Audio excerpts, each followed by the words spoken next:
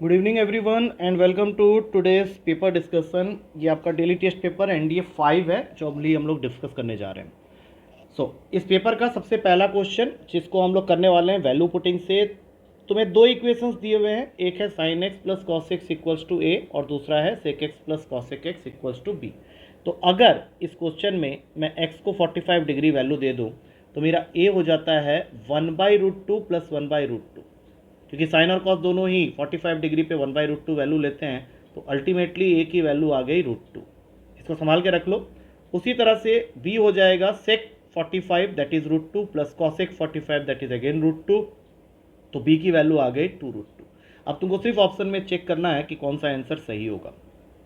तो इसका सही आंसर अगर हम ए लेते हैं तो ए में लेफ्ट हैंड साइड में लिखा हुआ है ए दैट मीन्स √2, और राइट हैंड साइड में अगर जाएंगे तो 2√2 multiplied with A square minus 1 2 minus 1, तो ये तो इक्वल नहीं आ रहा है, गलत है।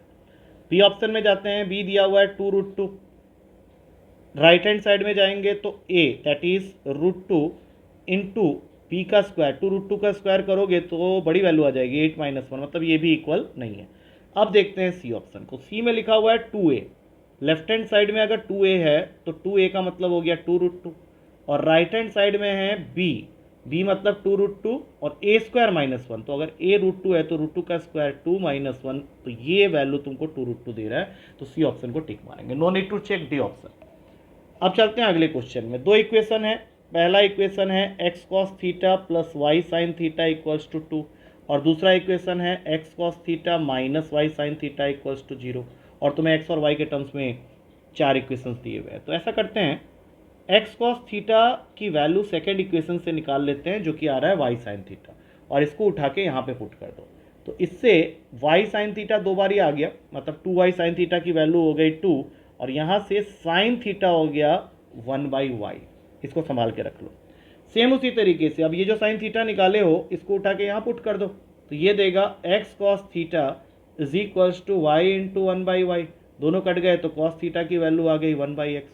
अब ये तो सबको पता है कि साइन और कॉस रिलेटेड होते हैं with this formula sine square theta plus cos square theta equals to 1, तो ऑब्वियसली ये हो जाएगा 1/x² plus 1/y² equals to 1, जो कि प्रेजेंट है इन बी ऑप्शन, तो बी हमारा सही आंसर। अब चलते हैं थर्ड क्वेश्चन में।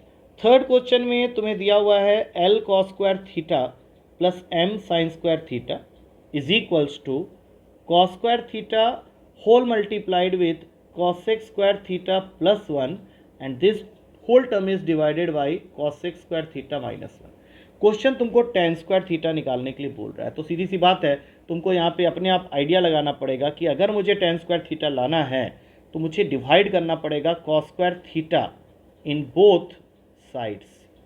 तो एक एक करके सारे टर्म्स को कॉस स्क्वायर थीटा से डिवाइड करते हैं। तो सबसे पहले एल कॉस स्क्वायर थीटा को मैं कॉस स्क्वायर थीटा से डिवाइड करूंगा तो कॉस स्क्वायर थीटा कैंसिल हो जाएगा और बचेगा एल।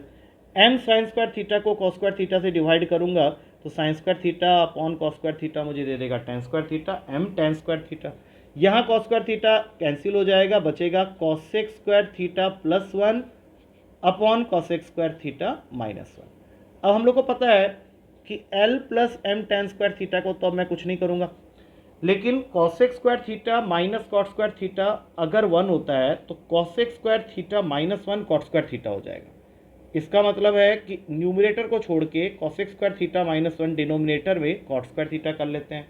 अब इसको 10 तक लाने के लिए सबको साइन कॉस में ब्रेक करना पड़ेगा, तो इसको लिख लो 1/साइन स्क्वायर थीटा, मतलब 1 प्लस साइन स्क्वायर थीटा, और ये बन जाएगा cos square theta by sine square theta, मतलब कॉस स्क्वायर थीटा रह गया खाली, क्योंकि ऊपर में एक साइन स्क्वायर थीटा आएगा वो इसके साथ में कैंसिल हो जाएगा। अब तुम्हारे पास में नेट टोटल जो बचा है 1/कॉस स्क्वायर थीटा हो गया sec square theta, sine square theta by cos square theta हो गया टेन स्क्वायर थीटा, ये और यहाँ पे L plus M tan square theta.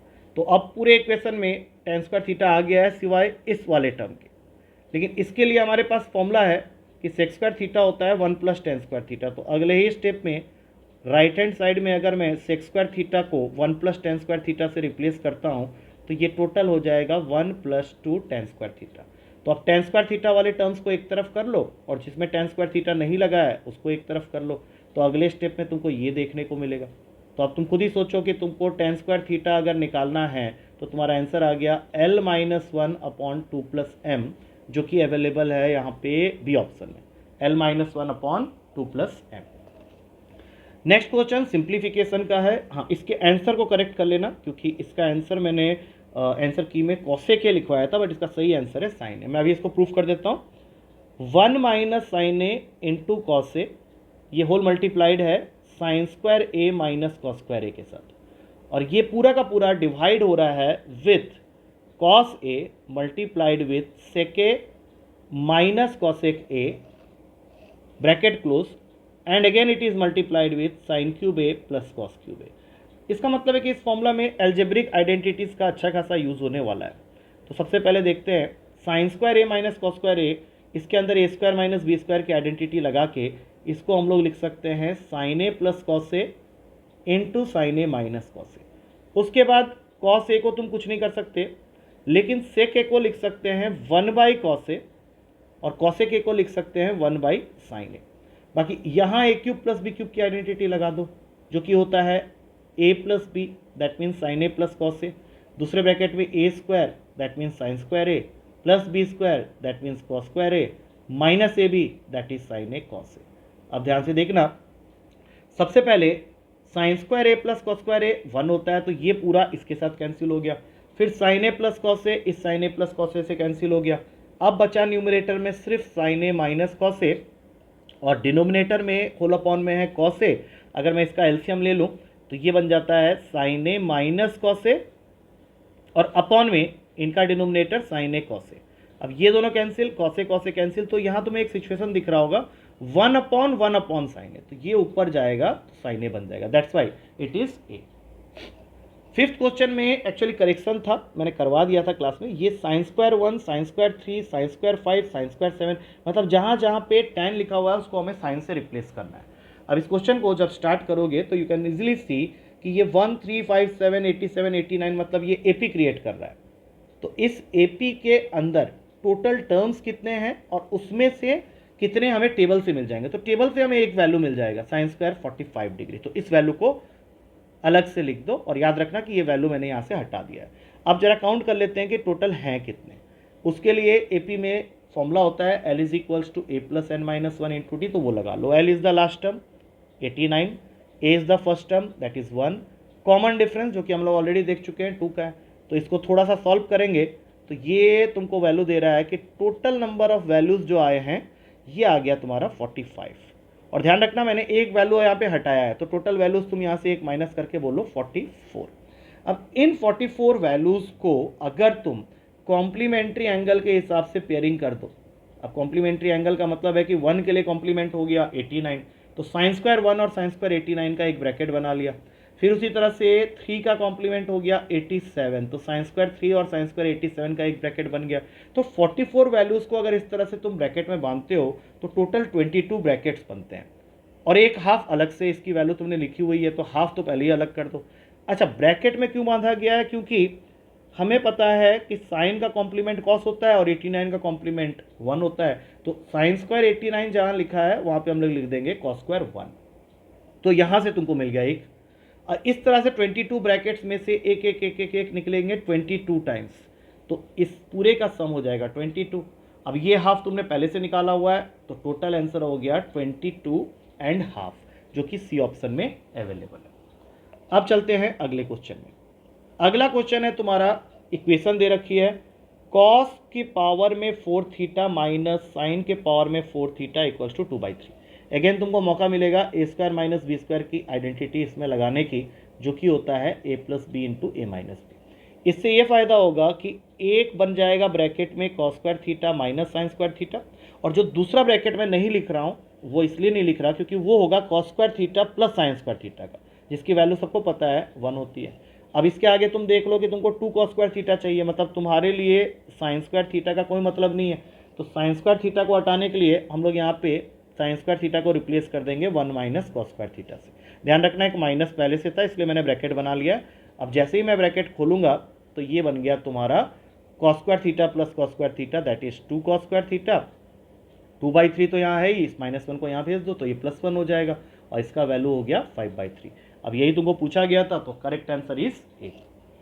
अब चलते हैं अगले क्वेश्चन में तुमको ए की वैल्यू दे रखी है 10 11 डिग्री इंटू 10 29 डिग्री, और बी की वैल्यू दे रखी है 2 cot 61 degree into cot 79 degree. अगर तुम ध्यान से देखो तो 61 29 का और 79 11 का कॉम्प्लीमेंट होता है। तो मैं क्या करूँगा, कॉट 61 को रिप्लेस कर दूंगा 10 29 से, और कॉट 79 को रिप्लेस कर दूंगा 10 11 से। तो इसमें तुमको ये साफ साफ दिख रहा होगा कि 10 29 एंड 10 11 तो दोबारा आ गया, जो कि ए की वैल्यू होती है। तो इसका मतलब है कि मैंने प्रूफ कर दिया कि मेरा जो बी है दैट इज ट्वाइस ऑफ ए है, और ये ऑप्शन अगर तुम ध्यान से देखो तो सी में है। तो C is the correct answer.